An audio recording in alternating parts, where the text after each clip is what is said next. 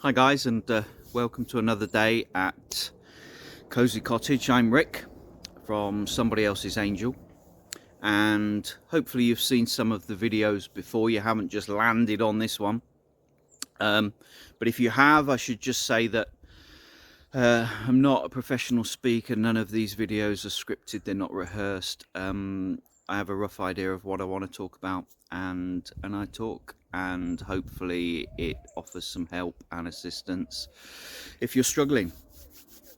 And today, I've done a video before on universal laws, okay? And today we're going to talk about the law of attraction. Now, I think it really should be called the law of connection, really, but attraction serves it well as well. Rhonda Byrne wrote a book and produced a film called The Secret. It's a sensationalized, dramatized message, basically trying to explain what the secret, what the law of attraction is, and how to manipulate it, how to use it, how to connect to it in our daily lives. Now, going back to the very basics, in everything, every atom of everything is intelligent energy. It's there, and it's changing all the time. It's in every single atom, and it attracts to us through our thoughts and our feelings. Persistent thought, persistent feelings, deep emotional feelings. The stronger the feeling, the more we will attract the intelligent energy towards us. It's being attracted, it's around us, it's in us, it's everywhere all the time. But we can attract certain types of events and physical things through the way we think, and the way we speak, and the way we act, and the way we believe, and the way we feel. Okay, so knowing this, it kind of explains a lot. Because if you're sad, depressed, lonely, then you tend to attract more of the same types of things, more reasons to be depressed, sad, lonely, whatever. It's very difficult to make friends when you're concentrating on lack and being lonely, and you know, and if you do attract friends, they're likely to be the same types of friends that you are.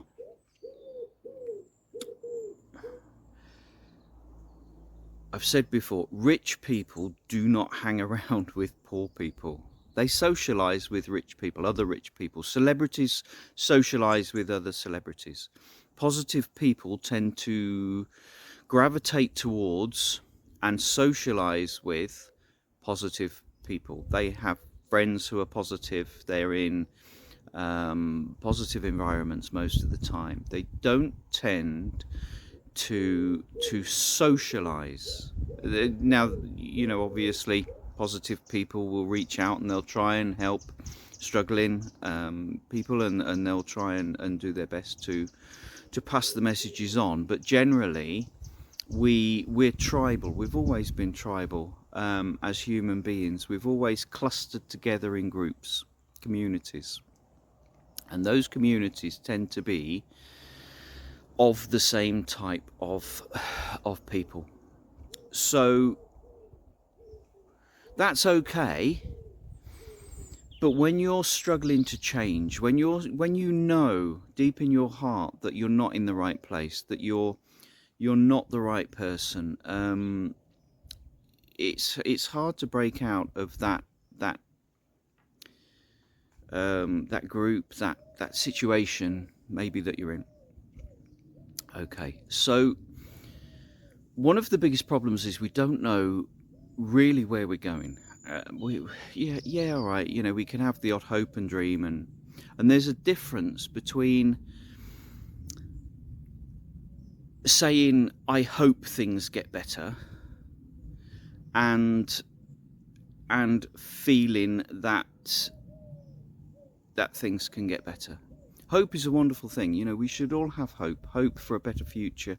Hope that we can change. Hope that, but there's a difference between hoping and actually actively putting the foundations in place to change.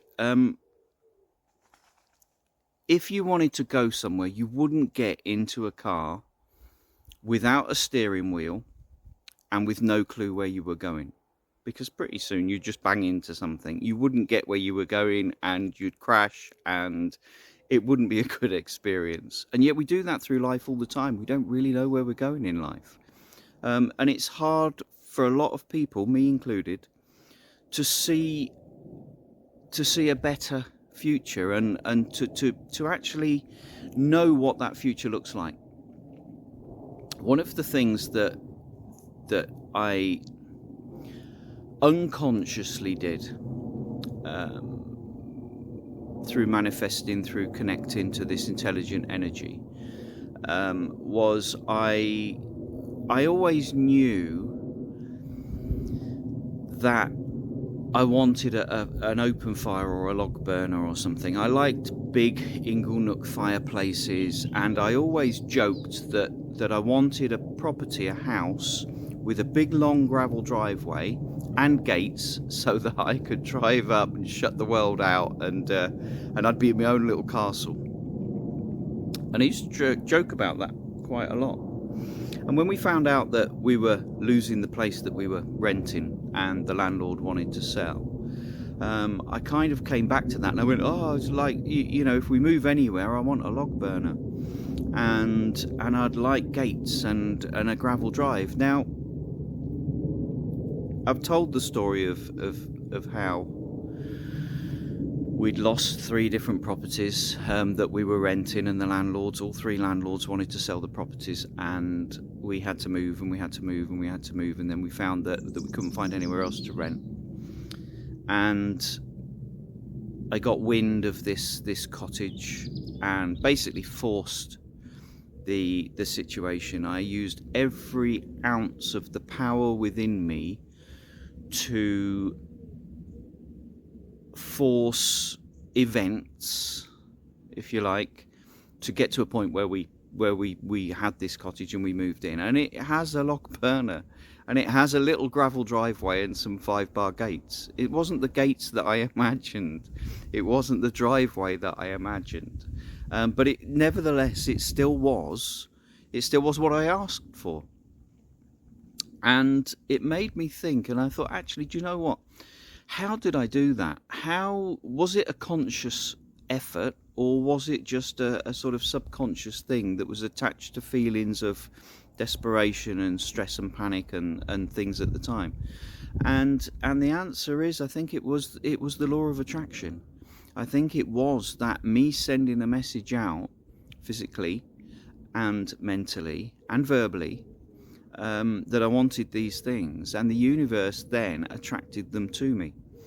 Now, women are so much better at using this law of connection, this law of attraction, of attracting the intelligent energy within the atoms to club together to bring us the specific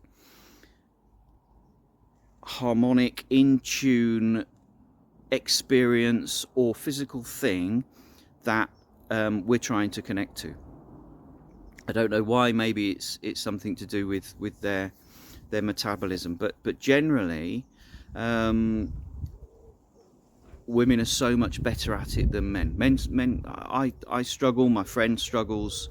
Tony, we struggle to use this purposefully to create what we want, and yet I suppose a classic example is maybe a young girl at the age of 7 or 8 decides what kind of wedding she wants, what kind of man she wants, what kind of job he'll have, all those different things. And then later on in life, it's possible, it happens. They find themselves in a situation where they have the dream wedding. It was exactly how they pictured it 20, 30 years ago, whenever it was. It's incredible and very powerful. But it can be quite hard to do, particularly if you're struggling. Now, I'm getting the feeling that this is quite a low beat video. All my videos are low beat videos because at the end of the day, they're dealing with struggle. They're dealing with pain. They're dealing with getting through. Okay. Now, the first point I'd like to get across is you need to know where you're going. You need to know what you want. Okay. So we need to start focusing on the things in our future that we would like. So we can start with our own personal. I'd like to be happier. I'd like to be fitter, healthier. I'd like to not feel so tired all the time. I'd like to feel full of energy and alive and be more dynamic. Okay, they're things that we can focus on that we would like to be in the future. Now, if we focus on those with intent and feeling and emotion, are we going to attract them? And the answer is quite possibly, but there are things we need to do. Because, as I've said before, and I think it's an old Native American saying, and the saying basically is, in any given situation, a man, but anybody, but in any given situation, we should always try to do the right thing. What we believe is the right thing at the time may turn out to be the wrong thing in the future, but it's irrelevant because it's still better than doing nothing at all. If you do nothing, nothing happens. You can sit there and you can pray and you can visualize and you can wish all you want, okay?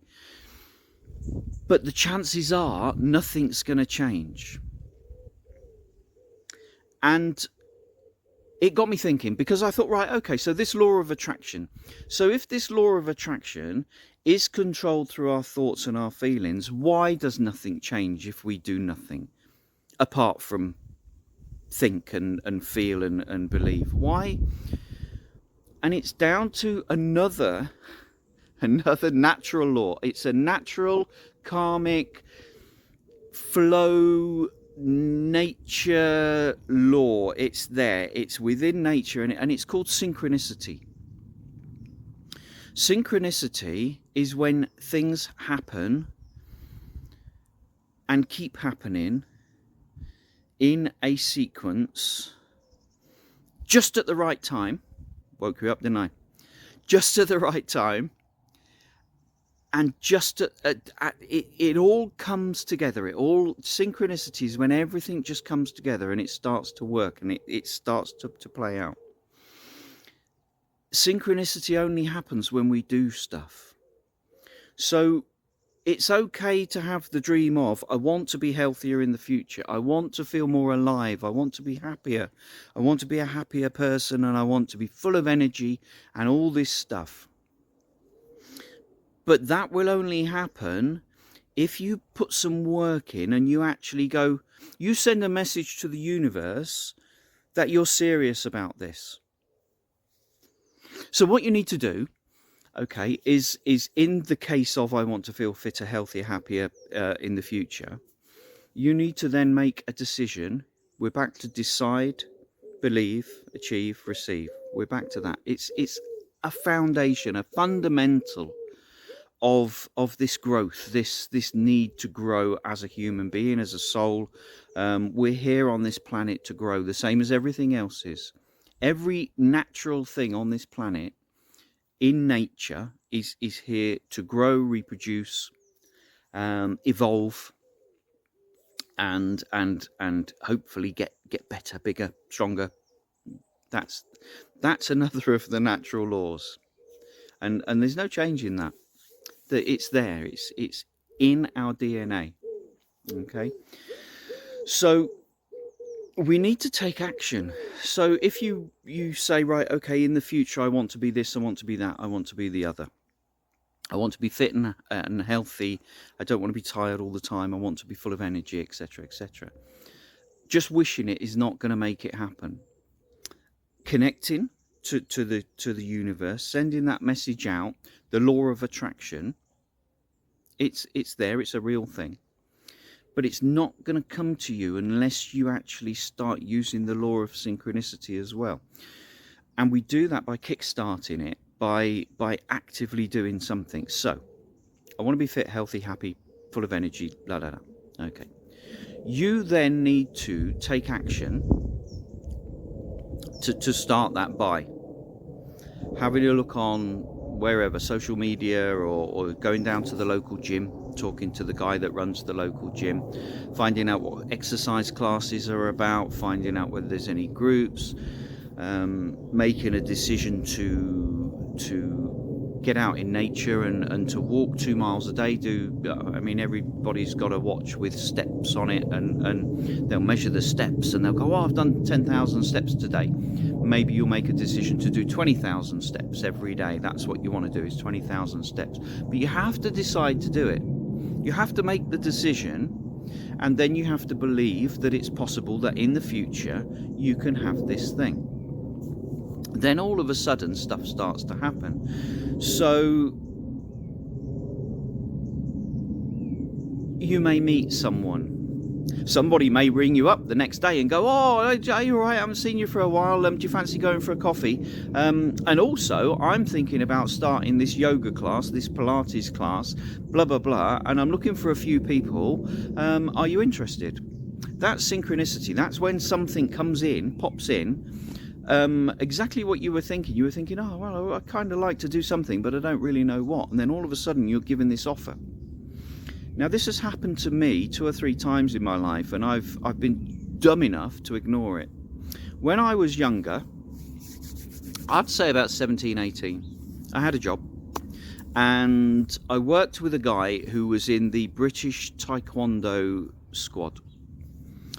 And he was a lovely guy and really nice, and very tall, a lot taller than me, and very fit. And I'd always wanted to do a martial art. As a kid, I remember my mum saying to me, what activity would you like to do? Your brother's doing gymnastics and ballroom dancing, my younger brother. Bearing in mind I'm only about 7 at the time, 8 or something, I don't know, around about there, about 8 maybe. So my brother was only little, he was only about 5. But she wanted us to do these activities. And I said, I want to do Kung Fu, I want to do karate. And she's like, oh, you're not doing that. No, that's too dangerous. Why don't you do gymnastics? I don't want to do gymnastics. It's girly. I don't want to do it. I want to learn to fight. I want to learn to, I used to be, I say bullied at school wasn't the right word. In any workplace, in any group environment, you're always going to get people testing you to see what response they get. And I remember in the school playground, I was about probably about 8, so about the same sort of time that I wanted to learn karate and stuff. And back then, for whatever reason, we used to tie our bootlaces, our football bootlaces together and put our football boots over our shoulders. This is in the UK and in UK schools and stuff. And I remember being in the playground with my football boots around my neck, and I was just like whatever I was doing. And these 3 lads came up to me, and I didn't know who they were. They were, older than me and probably the year above and stuff. And it was a classic case of the bully and his 2 mates. And he came up to me and he started pushing me around and threatening me. And I've always been a very,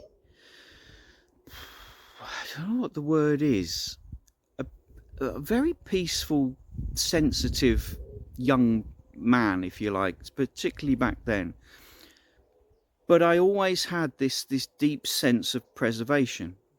Anyway, this guy was picking on me, so I took my football boots from around my neck and I whacked around and I smacked him across the face with him. Before he hit me, before he did anything, I whacked him with these boots. And immediately I thought, oh, that probably wasn't the best thing to do.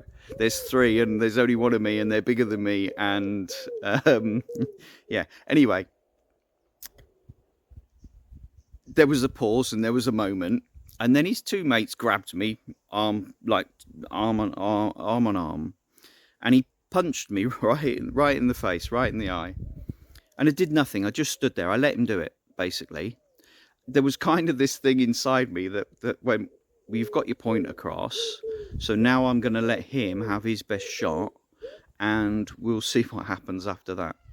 And the physical act of him punching me didn't really affect me. What really did affect me in this case was going home and telling my mum. And I said to my mum, I've been in a fight and this lad was picking on me, so I whacked him and he punched me and now I've got a black eye. And she looked and she went, oh, there's nothing wrong with you. I'm busy, clear off. And that affected me more than the bully actually hitting me, was the fact that my mum didn't care. She wasn't interested. And that really did sit with me for many, many years. Anyway, to cut a long story short, a few years later, probably about 10 years later, when I was about 18, I was with a friend in the town where I grew up, and we bumped into this lad that had punched me. And he looked and he went, I know you. And I'm like, yeah. I said, I know you too. And he's like, can I ask you a question? I said, yeah, go on. He said, why did you hit me in the face with them football boots all them years ago? And I'm like, oh my God. I said, because there was 3-on-1. I said, and you were picking on me. No, I wasn't picking on you. No. His recollection of the event was completely different to mine. And he'd dwelled on the fact that I hit him first for so many years. It had affected him so badly. And I'm like, how strange that the human mind can turn us into victims, even when, he was the bully. He got what he deserved. And yet he became the victim. In his eyes, he saw that he was the victim. And this is another video that I'm going to start talking about, is how we become victims of our own beliefs and our own of events and things. So, okay. Anyhow, I wanted to do karate. My mum said no, absolutely not. Now, I was quite an independent young man, and I've said this in other videos. When my dad left and stuff, I grew up and I was on my own a lot of the time. So I should have sloped off down to the local karate club and joined anyway. That's what I should have done. I should have just hung around down there and waited for somebody to go, do you want to have a go? That's what I should have done. But as a young child, you don't think of these things at the time. And I would encourage anybody, if you're thinking about changing who you are, the way you feel, I encourage anybody to join a martial arts club. It's not all about hitting and kicking and punching each other and aggression. Martial arts are not about aggression. It's about knowledge. It's about using your head in a situation to diffuse a situation without even doing anything. But it's also about personal growth, personal protection and value in yourself and achievement. So I definitely would recommend that you do this. Anyway, going back to this lad offering, he used to say to me, the guy that I worked with, who was in the British Taekwondo team, he'd be like, come down to the club, come and train with us, come and learn. And I'm like, no, I'm scared, I don't want to, you'll beat me up. And he's like, we won't beat you up. Something really bizarre happened, and I'm going to get to that in a minute. Anyway, I said no. And for a few years, we worked together, and he kept asking me, and he kept asking me, and he kept asking me, and I kept saying no. I kept saying no, no, no. I don't want to. I'm scared. I'm like, I didn't say I was scared, but I was. Right. So at the age of 44, 42, something like that, 40, I don't know. Let's say 40. I had a job. I had my own business. I had a shop. And into this shop used to come this company representative, and he was big into his martial arts, and he'd demonstrate them to me in the middle of the shop. Sometimes customers would walk through the shop door, and I'd be laying on the floor in an arm lock with him kneeling on my back, demonstrating some bizarre jiu-jitsu, Brazilian, I don't know, whatever move that he'd just learned. And I'd be like, I'll be with you in a minute. Ian, get off me. Ian, let go of me. I've got a customer. You've got to get off me now. And he'd be like, oh yeah, sorry. And he kept inviting me to this taekwondo club, and I kept saying no. And my memory was taken back to when I was younger, and I thought, oh, this is the second time I've been offered this opportunity. And I started thinking, and I thought, I know what I'll do. I've got 2 young daughters. I'll take them. I won't join in, but I'll take my 2 young daughters, because I'd like them to learn to protect themselves and stuff. So I went to this club, and my daughters didn't stick it for very long. They didn't enjoy it, but I absolutely loved it. And I'd wished with all my heart that I'd grasped that opportunity that I was offered originally. But the universe wasn't going to let it go. I said as a young child I wanted to do a martial art. All right, I said karate at the time. But I said as a young child, and I didn't let that go. So the universe heard that. It connected to me, and synchronicity brought the opportunity in. I worked with a guy who was in the British Taekwondo team. Now, the really bizarre thing is that my new Taekwondo instructor, Tony, who became my best friend, I was just about to do my black belt. I'd graded red belt, black tag, and I'm jumping up and down one day doing the warm-up and everything, and my back was hurting, and I thought, you know what, I really have to find out what the problem with my back is.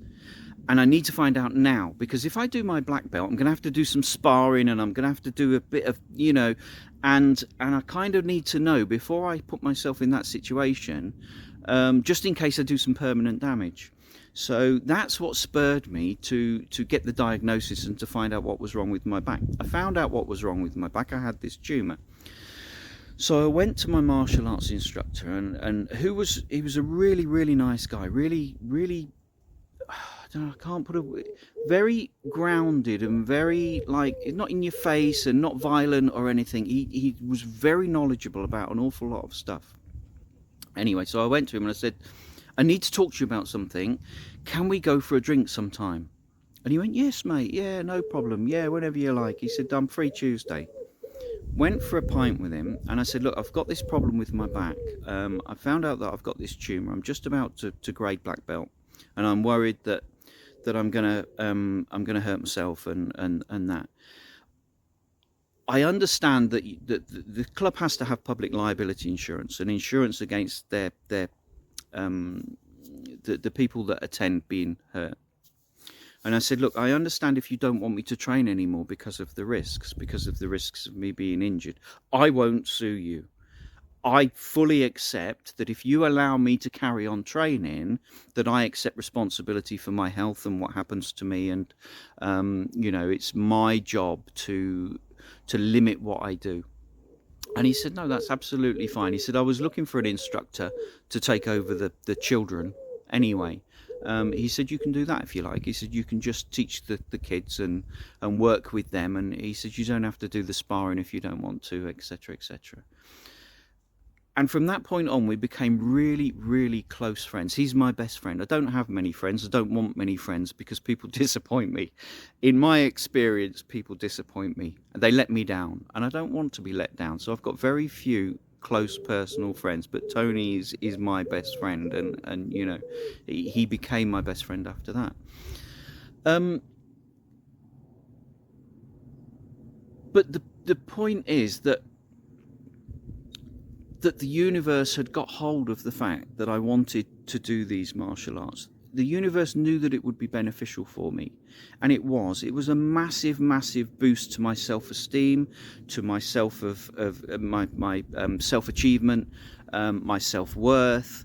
All of a sudden, I became empowered, and I could control situations without becoming violent or angry or frustrated. I could just basically go, right, okay, well, I know exactly what I'm going to do in this situation. If this guy kicks off, if this guy gets in my face and starts to become violent with me, then I know exactly what to do. But the first thing to do is to create arm's length and to keep them away and go, look, no, I don't want any trouble. I don't want to fight you. Your hands up here mean that you've got, if they're down here behind your back, you're going to get punched in the face and there's nothing you can do. If you keep your hands up, if you talk with your hands like the Italians do, mamma mia. If you talk with your hands in a conflict, you have the option then to block a punch or to do something. Okay, so that's just... But this is knowledge. This is what I'm saying. Martial arts isn't about violence. It's about knowledge. It's about using your brain. So it's really important. So the synchronicity there, from a child wanting to do a martial art, to being offered the opportunity to do it and turning it down, to then getting another opportunity to do it and accepting that opportunity. Accepting that opportunity the second time round changed my life. It genuinely changed my life. It changed who I was as a person, and it began the start of the synchronicity, the start of event after event after event after event that brought me to this point now. Tony came to me one day and he said, I've got a friend at work. He said, and he does this spiritual stuff. He said he sort of sits in a spiritual circle thing, and they do some meditation and they do some other stuff. He said, I thought it might be interesting. Do you fancy coming with me? And I'm like, yeah, all right, then I'll give it a go. You know, it was interesting, really, really interesting. And so we did that for a while, and then that led on to something else, and then that led on to something else. I was offered the opportunity to learn Reiki. And another video is going to be about energy work, Qigong, Tai Chi, Reiki, whatever you want to call it. It's kind of all the same thing. And again, energy work is manipulating, connecting with the universal energy that is within everything. This divine intelligent energy is in everything. Qigong is a way of harnessing that for healing. Tai Chi, same thing, different country. Qigong, I think, is Japanese, Tai Chi is Chinese, but it's the same thing. Okay, so what I'm saying is that first of all, you need to decide what you want. Okay, decide what you want your future to be like. Send those intentions out there. Believe that it's possible. Believe in is part of connecting to this universal energy. Believe it's possible, but then you have to kickstart the synchronicity, the events that are going to get you to where you want to go. It may be that you open the paper and there's a voucher for, 3 free training sessions at the gym. It may be that after watching this video, all of a sudden, from no reason whatsoever, some martial arts club pops up in your local area. Maybe you're in Costa Coffee and there's a poster on the wall or something, and you're reading the poster and you go, God, that's really strange. That Rick was talking about this, and I did want to get fit, and there's the poster. Ring the number, go, turn up. One of the hardest, another one of the hardest things, okay, to implement in change is walking into a group of strangers, of people that you don't know, in a class or an environment or a club, a martial arts club or any other club, where you turn up for the first time and you are, getting there is the hardest thing. If you can get there and walk through the door, cross that threshold, you'll soon find that they'll be so welcoming and so pleased to see you. It'll be like, oh, who are you? Like, come in. My name's Jane, and I like blah, blah, blah, and this is so-and-so, and this is, have you done any of this before? No, I haven't. I'm a complete... Right, well, in that case, I'm just going to quickly tell you a story. Another... So many videos, so little time, honestly. Another video is going to be about other people's fears. People will transmit and force their fears onto you. So I'm about 19 years old, and I've gone up to Elland in West Yorkshire to help the company that I work for set up a new warehouse and it was a distribution centre. And I'm in the office, and they want me to do some stuff in the office, and there's a girl in the office, there's several women in the office, but there's a girl in the office whose husband is a policeman. And every lunchtime, and I was up there for weeks, every lunchtime she'd come to me and she'd say, oh, do you want anything from the sandwich shop? You know, I'll go and get it for you, because it's really dangerous, and you shouldn't be walking around the streets around here because you know it's really dangerous, and I don't want you going out there and you'll get picked on and you might get hurt, etc., etc. So I'll go to the sandwich shop for you, and I'll get your sandwich, and you don't have to go out into that really scary, dangerous, awful environment out there where you're going to be murdered or something. I don't know. So I'm like, oh, okay, well, yeah, all right, I'll have a ham salad sandwich or a cheese salad sandwich, whatever it is. But I was going back to the bedsit at night and sitting in the bedsit going, well, this is rubbish. Oh, I'm gonna lose my mind if I don't do something. So I said to the lady that ran the bedsit, is there a gym nearby? I used to train a lot when I was younger. Right from the age of about 14, 15, I used to run 10, 12, 14 miles an evening, wearing boots, fatigues, and a 1980s flak jacket that came from Northern Ireland from a friend of mine's big brother. These things weigh about 15 kilograms, and it was better than a backpack because the weight was more distributed. So I used to be super fit. Wrecked my knees, absolutely wrecked my knees at a young age, but I was super fit. So I wanted to go to the gym. So I said, is there a gym nearby? She said, well, there's a baths, a Victorian swimming bath. She said, and there's a little gym behind that. She said, it's in the town centre. She said, you can't miss it. Great big building, and it's got baths written on the front. So off I set, and I went down there, and I went in, and I said to the lady on the front desk, I understand there's a gym, and she said, yeah, if you go down the side of the swimming pool and out the back, she said, it's just in the rooms out the back. And I went in, and there's all these muscly guys, and then there's some skinny guys, and then, you know, complete strangers, never met, I didn't know who they were. Okay. So the second I walked in, everybody stopped and looked. And it's like, oh, okay, here we go.